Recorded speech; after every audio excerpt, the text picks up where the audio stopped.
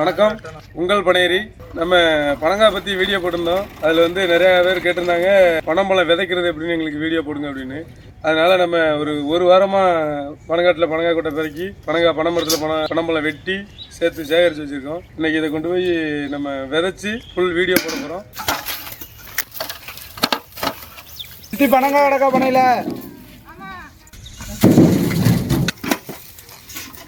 இங்கே பார்த்தீங்கன்னா பனங்காய் வெட்டும் போது கொலையிலேருந்து வெட்டும் போது பனங்காய் கொட்டையை வெட்டியாச்சு. இந்த இது வேஸ்ட் நம்ம விதைச்சாலும் வராது.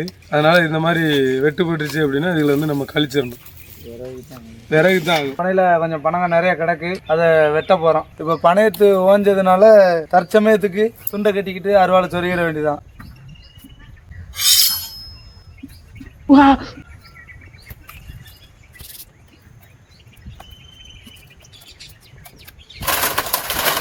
இல்ல போங்க, பக்கத்துல ஒண்ணுமே தெரியலையே. ஆள் பிடிக்க மாட்டேங்க.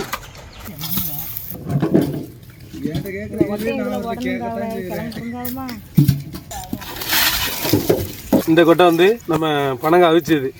பனங்கம்பழத்தை வெட்டி சீப்பாக அறுத்து அவிச்சு சாப்பிட்டாச்சு. இது வந்து அவிச்சு சாப்பிடாது, அப்படியே போட்டாச்சு. காலு கிருப்பு கிடைக்க மாட்டேது. காலை நினச்சிருக்கணும்.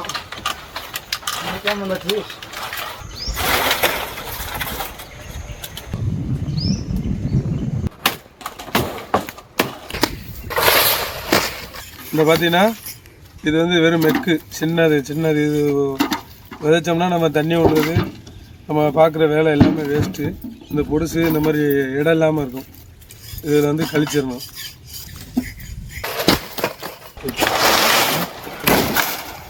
உறுத்தாமல் இருக்கு. எதுக்கு இதை இப்படி பிறக்கி டிராக்டர்ல ஏற்றி கொண்டு வரோம் அப்படின்னா வாங்க சொல்கிறேன். இந்த கொட்டைக்கோழி செலவு பண்ணுறதுக்கு போடுறதுக்கு மேக்சிமம் இந்த மாதிரி பனையில் ஒரு 50-60 பனையில் ஏறி வெட்டி கலெக்ஷன் பண்ணி மொத்தமாக போட்டோம். இதில் எல்லாம் வேஸ்ட்டாக போச்சு. இது மாதிரி ஒரு 4 பேர் 5 பேர் 4 நாள் 3 நாள் வேலை பார்த்துருக்கோம். ஒரு 10,000 ரூபாய்கிட்ட செலவு. ஒரு 1000-2000 ரூபாய்க்கு கூட அதில் நம்ம பலன் பார்த்துருக்க மாட்டோம். இதில் கொஞ்சம் நல்லா இருந்துச்சு. இந்த கொட்டைக்கோழி சுத்தமாகவே நல்லா இருந்துச்சு. பூரா கிழங்கு போட்டிருந்தோம். இதில் கொஞ்சம் பிடுங்கிருப்போம். இதை பார்த்தீங்கன்னா சுத்தமாக பிடுங்கவே இல்லை. ஏன்னா இதில் வந்து பாருங்க, உங்களுக்கு இந்த கிழங்கு பிடிங்கி காட்டுறேன் எப்படி இருக்குன்னு பாருங்க.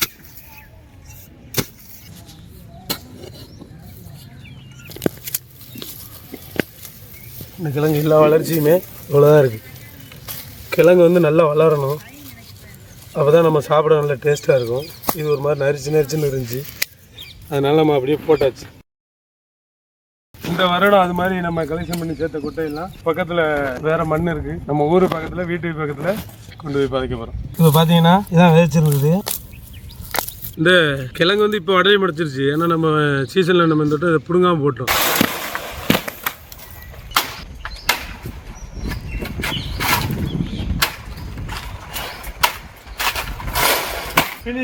என்ன காரணம் அப்படின்னா பார்த்தீங்கன்னா வளரவே இல்லை.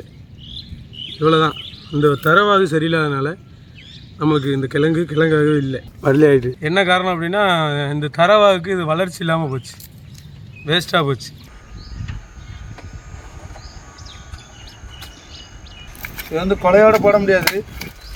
உறுத்தி போட்டு அதுக்கப்புறம் ஒன்று ஒன்றா எடுக்கணும். 3 கொட்டை 2 கொட்டை இருக்கும் ஒன்று ஒன்றுலையும். அதுக்கப்புறம் பிரிக்கணும். பிரித்து தான் முளைக்க போடணும்.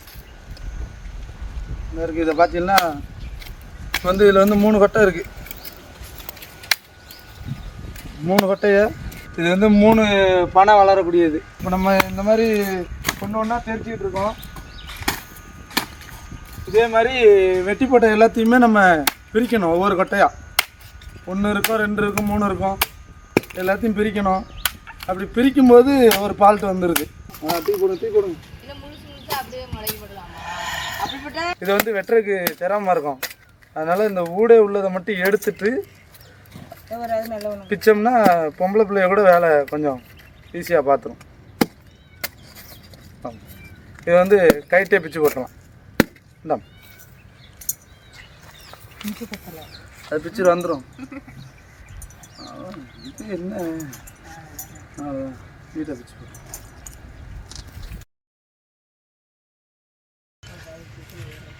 ஒரு கொட்டையில் வெட்டு விழுந்துட்டு இந்த மாதிரி வெட்டு விழுந்துருச்சுன்னா முளைக்காது, வேஸ்ட்டாக போயிடும்.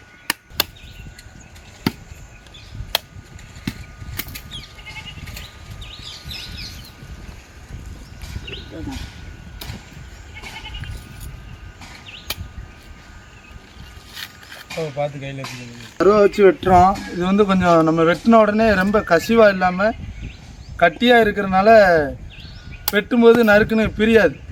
அப்போ இது முளைக்குமா? இது முளைக்கும். இதில் வந்து 2 கொட்டை முளைக்கும். இந்த ஒரு கொட்டை நம்ம வெட்டுப்பட்டுருச்சு, அதாவது வேறு விடுற இடத்துல வெட்டுப்பட்டனால இது மட்டும் முளைக்காது. இந்த 2 கொட்டையும் ஆகும். இதை வந்து நம்ம யூஸ் பண்ணிக்கலாம். இப்போ இதே மாதிரி இந்த கிடக்கிறத பூரா ஒன்று ஒன்றா தெரிக்கணும். தெரித்து எடுத்து அதுக்கப்புறம் தான் வண்டியில் ஏற்றணும். அங்கே பார்த்தீங்கன்னா வண்டியில் ஏற்றிக்கிட்டு இருக்காங்க. அதே மாதிரி எல்லாத்தையும் ஏற்றி நம்ம இடத்துக்கு கொண்டு போய் முளைக்க போடணும். பனம்பழம் காய், பனம்பழம், பனங்கொட்டை, எது வேணாலும் உங்கள் பண்ணேரி சேனலை லைக் பண்ணுங்கள், ஷேர் பண்ணுங்கள், கமெண்ட் பண்ணுங்கள். பசுமாடு வர்றாப்புல, ஏன்னா இதில் நம்ம ஒரு வாரமாக இதில் கொட்டை சேகரித்து வச்சோம். ஒரு வாரமாக தனக்காரம் சாப்பிட்டு போயிருப்பாப்புல. இன்றைக்கி அதோட சோக்கு வராரு. நம்ம அள்ளி எல்லாத்தையும் ட்ராக்டில் ஏற்றிட்டோம். ஓ அப்படியா விஷயம்? பனாம்பழம் ஏற்றிட்டு கிளம்பியாச்சு.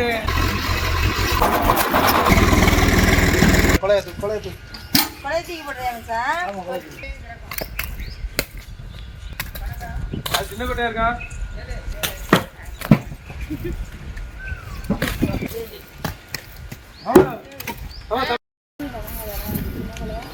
எல்லாம் தான் அள்ளி போட்டு குஞ்சு போட்டோம்னா சீக்காயிரும்.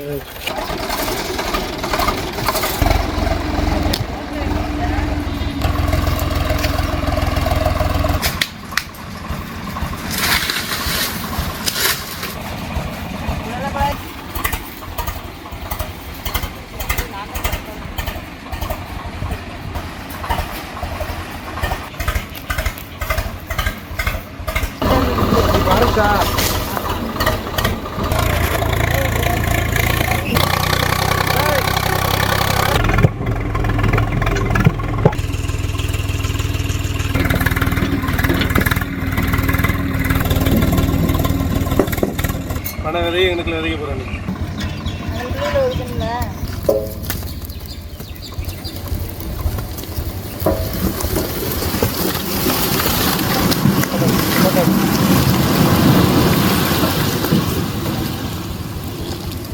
ரொம்ப ஆழமாக தோண்டக்கூடாது. ரொம்ப ஆழமாக பதிச்சோம் அப்படின்னா வேர் விடாது, ரொம்ப வளர்த்தியாக வராது கிழங்கு. அதனால மேலே லைட்டாக தேய்ச்சிட்டு தண்ணி இது கழிச்சிடும். பணம் விதை போட போகிறோம்னாலும் சரி, பணம் கிழங்கு போட போகிறோம் அப்படின்னாலும், கிழங்குக்கு போட போகிறோம்னாலும் சரி, பனங்கொட்டை வந்து ரொம்ப ஆழமாக போடணும்னு தேவையில்லை. அப்படியா? அப்போ ஏன் இப்படி தூரம் இருங்க, நான் சொல்கிறேன். இந்த 2வது அடுக்கு வைக்க பற்றிலா, இது அண்டி, இதுலேருந்து இப்படி வரும். இது இங்கேருந்து போகிற நேரத்துக்கு இது இப்படி வளர்ந்து இப்படி உள்ளே போக கீழே போக கரெக்டாக வரும். அதுக்கு தான் இது 2வது அடுக்கு இப்படி வைக்கணும். இல்லைட்டா மொதல் அடுக்கு நம்ம இப்படி வச்சோம்னா இது முளைச்சி வர்றதுக்குள்ளே இது ஸ்ட்ரைட்டாக பூமிக்குள்ளே போயிடும். இந்த கிழங்கு போடுறது இப்படி தான் போடணுமா? இப்படி போடணும். கீழே போடுறது இப்படி போடணும். மேலே வைக்கிறது இப்படி வைக்கணும். இந்த 2 கொட்டைக்கு நடுவில் கேப். ஒரு அடுக்கு வச்சா நம்ம நிறைய தூரம் போடணும். 2 அடுக்கு வச்சோம்னா இப்போ கிழங்கு பிடுங்கும்போது கொஞ்சத்துல நிறைய கிழங்கு பிடுங்கலாம். 2 அடுக்காக வச்சோம்னா அவ்வளோ ஈஸியாக இருக்கும். எவ்வளோ ஈஸியாக இருக்கா? பனங்கொட்டை நம்ம வந்து பனை விதை வந்து கிழங்குக்காக போய் போடுறோம்.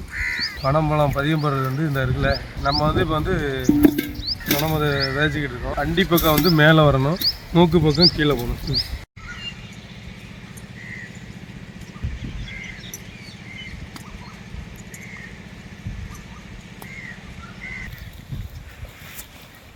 நல்லா ஆடு மாடு சிப்பி சிப்பி மூஞ்சி பக்கத்தை கண்டுபிடிக்க முடியாது, பெரிய சிரமமாக இருக்குது.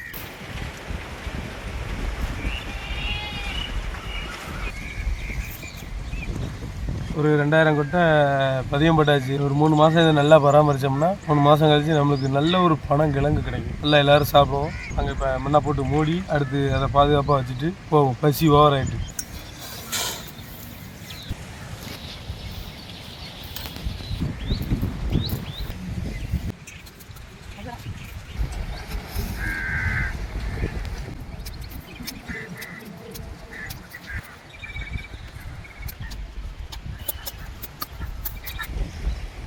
இப்போ போட்டாச்சு, பதியம் போட்டு முடிச்சாச்சு. நல்லா மண்ணை போட்டு நல்லா தண்ணி ஊற்றி நல்லா இது பண்ணியாச்சு. இன்னும் முள்ளை வெட்டி பாதுகாப்பாக வைக்கணும். முள் நம்ம சாயங்காலம் வந்து வெட்டணும். ரொம்ப டயர்டாகிடுச்சு. அது மாதிரி யாரும் பதியம் போடணும் கிழங்கு இது பண்ணணும் அப்படின்னு பார்த்தீங்கன்னா மண் வந்து இந்த மாதிரி சுதன்னு இருக்கணும். அப்படின்னா தான் கிழங்கு வந்து நல்லா நல்லா வேர் விடும், ஃப்ரீயாக வேர் விடும். நம்மளும் ஈஸியாக பிடுங்கலாம். கட்டாந்தரையாக இருந்தால் நம்ம வெட்டி பிடுங்க முடியாது. அதனால் கிழங்கு போடுறவங்க பார்த்து கவனமாக நல்ல பொதுன்னு இருக்கிற மண் பார்த்து போட்டுக்கோங்க. நெக்ஸ்ட் வீடியோவில் பார்ப்போம். நன்றி, வணக்கம்.